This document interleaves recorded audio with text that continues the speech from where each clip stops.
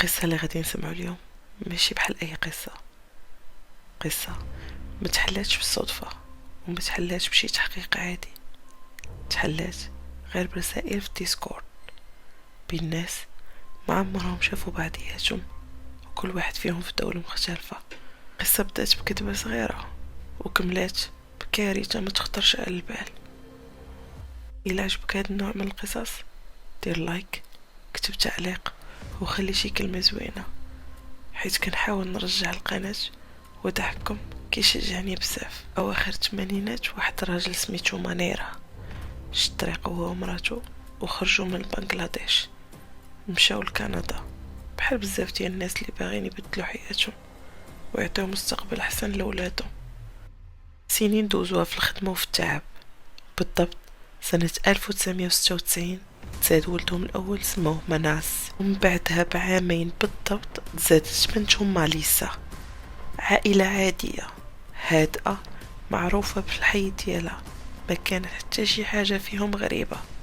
ولدهم مناس كبر بحال أي ولد عادي، قرا في مدارس عادية، دار الثانوي، جاب نقط مزيانة، وكان باين عليه ولد معقول كالم مركز في مستقبله. نهار غيقول لوالديه دخلت نقرا هندسة ميكانيكية في جامعة يورك في تورونتو. فرحوا مساكن بزاف وتزايدوا الفخر ديالهم وقالوا ولدنا غادي يولي مهندس. ولكن هذه كانت غير بداية ديال كذبة كبيرة. الحقيقة هي ان مناس ما دخلش جامعة يورك اصلا، قرا غير جوج ديال الفصول في واحد الكلية سميتها سينكا، ومن بعد حبس القراية وما كملش. ولكن المشكل ما كانش غير انه حبس، المشكل هو انه كذبة كبيرة غتكون السبب اللي غادي يغير ليه الحياة ديالو كاملة والحياة حتى ديال عائلته. كان كل نهار كيخرج من الدار بحال الا غادي للجامعة، كيمشي لاصال ولا يدور في المول، ومن بعد يرجع للدار ويلعب اونلاين ويدخل ديسكورد بالساعات. علاش راجع بكري؟ علاش ما كنشوفوش ضغط القرايه؟ الاسئله اللي ولاو كيطرحوا والديه كان كيجاوب بكل برودة. الدوام ديالي ولا خفيف من 8 حتى ل1، وما مساكن بطبيعة الحال غادي يصدقوه. هادشي بقى داير كتر من 8 سنين. ولكن مع عام 2019 هو العام اللي غادي توقع فيه الكارثة. ولا الضغط ما تيتحملش، حيت دابا خاصو يتخرج والجامعة اصلا ما كيناش، والكتبة ولات كبيرة بزاف. ما ناس تعرض للضغط كبير وما لقى فين يهضر، ما لقى لمن يعاود. ولكن غادي يختار داك الديسكورد اللي كيبقى فيه بالساعات باش يعاود ليهم على السر ديالو. فواحد ليلة كان دخل داك الديسكورد والهضره دايره بيناتو وبين صحابو اللي في الديسكورد. قال لهم غنقول لكم الحقيقه كامله، حبست القرايه من بعد اول عام، كنت كنسقط، دخلت في اكتئاب وبديت كنكذب على والديا، كنخرج من الدار غير باش نبين لهم بلي كنقرا. انس كان معروف بزاف في واحد السيرفر سميتو بيرفكت وورد فويد. هذاك السيرفر كان ديال لعبه اونلاين، ولكن سمعته كانت خايبه في هذاك الديسكورد. كان كيعاير، كيغلط في الهضره بطريقه خايبه وكيتطرد، ولكن كيرجع بحساب جديد. الناس كانوا كيعرفوا غير بهاد الصوره ديال انه خايب، ما مزيانش، ولد عصبي، مريض نفسيا شويه وما معقولش. حتى جا داك النهار الكحل ب 27 يوليوز 2019 بالضبط. في داك النهار مناس دخل السيرفر وكتب غادي نقتل والديا وندخل الحبس. صحابو اللي معاه في ديسكورد ما خدوش داكشي بجديه، بداو كيضحكوا. شي واحد كيقول ليه انت بغيتي تبان قوي، كاين اللي كيقول ليه هاو بدا كيدير دراما. ولكن فجأة غيدير ليهم المفاجأة والصدمة الكبرى. الصدمة الكبيرة هي انه نشر صورة ديال جثة وكتب هادشي هي الام ديالي. وبسرعة البرق الضحك تحول لسكوت والسكوت تحول لخوف.